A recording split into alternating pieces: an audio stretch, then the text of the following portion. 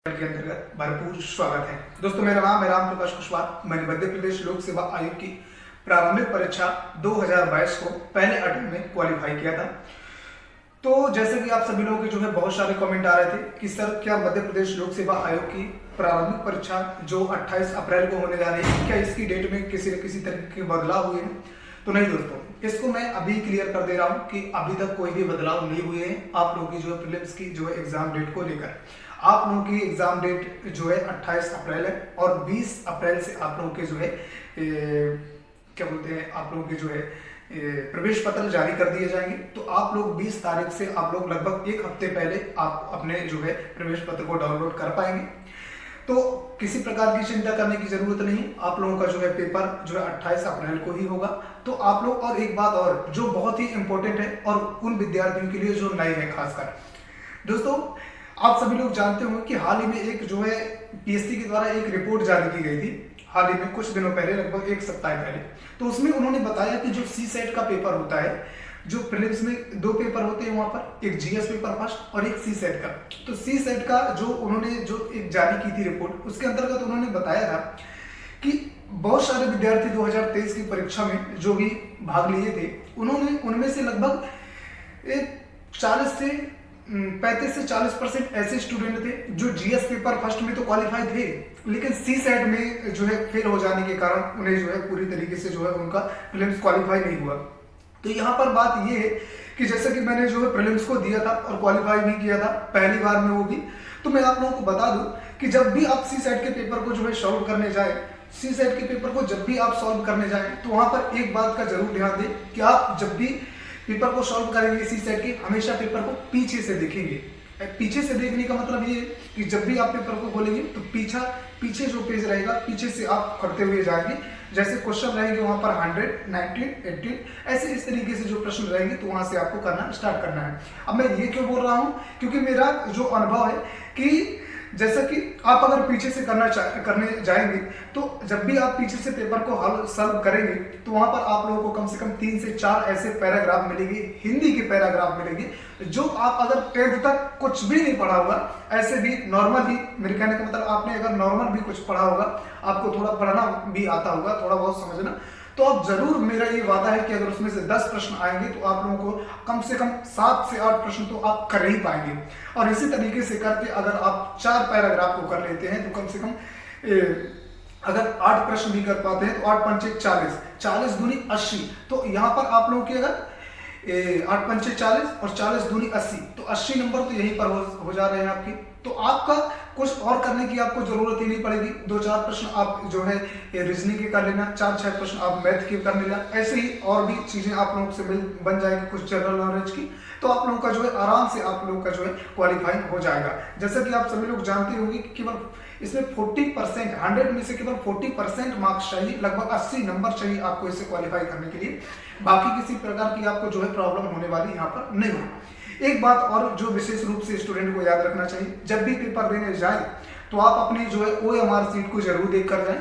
और जैसा कि मैं हमेशा कहता हूं मित्रों कि जितने भी लोग OMR सीट को देख कर नहीं जाते, हमेशा कोई ना कोई गलती, मिस्टेक जरूर करते हैं, खासकर नए विद्यार्थी।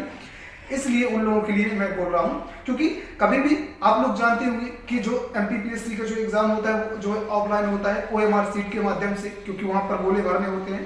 तो जरूर कुछ विशेष बातों का ध्यान रखेंगे।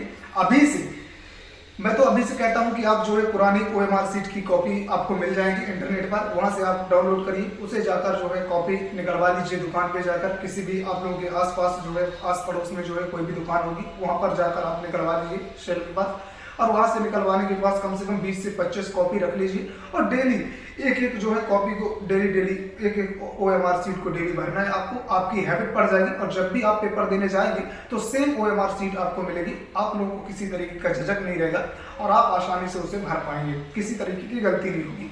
तो यहाँ आप गलती से बच सकते हैं। और एक बात और कि आपको केवल ब्लैक के पेन का ही यूज करना है। वहां पर आप लोग का जब भी प्रवेश पत्र आएगा, उसमें सारी इंफॉर्मेशन लिखी रहती है, आप लोगों को पढ़कर जरूर जाना है। क्योंकि इंफॉर्मेशन अगर आप नहीं पढ़ते तो ऐसा भी हो सकता है कि क्या चेंज भी हो सकती है इंफॉर्मेशन। तो किसी तरीके की भी आप लोगों को गलती नहीं करना। ओके, ये बात। एक और बात कि आप लोगों को ना समय से जहां भी आपका जो है शेड्यूल हो, जहां भी आपका पेपर हो, जिस भी स्टेट में जहां भी हो आपका पेपर, जहां भी स्थान हो, जिस भी कॉलेज में, आपको कम से कम पेपर देने के कम से कम एक घंटे पहले पहुंचना है, ताकि आप लोगों का पूरी तरीके से जो है सही हो। ठीक है ना, जो भी हो अपना प्रवेश पत्र, एक आधार कार्ड, कोई ना कोई ID जरूर लेकर जाना है। ठीक है, यहाँ पर और एक बात और, मोबाइल फोन लेकर जाइए आप, क्योंकि जरूरत तो पड़ती है, लेकिन आप लोग मोबाइल फोन लेकर जाइए, आप अपने बैग में रखिएगा, सुरक्षित रहेगा, वहीं पर जमा हो जाएगा और आते टाइम वापस आपको ले लेना है, किसी तरीके की टेंशन नहीं लेना। ठीक है ना, यहाँ पर कुछ ऐसी बातें जो मैं बता देता हूँ अपने तरीके से, जो मैंने किया था। तो आप लोगों को पेपर और GS पेपर फर्स्ट को मैं बोलूंगा कि उसको भी आप पीछे से ही सॉल्व करें और किसी तरीके का बिल्कुल टेंशन नहीं लेना। एक बॉटल लेके जाना है, लेकिन बॉटल ऐसी होनी चाहिए जिसमें आर पार दिखना चाहिए ना।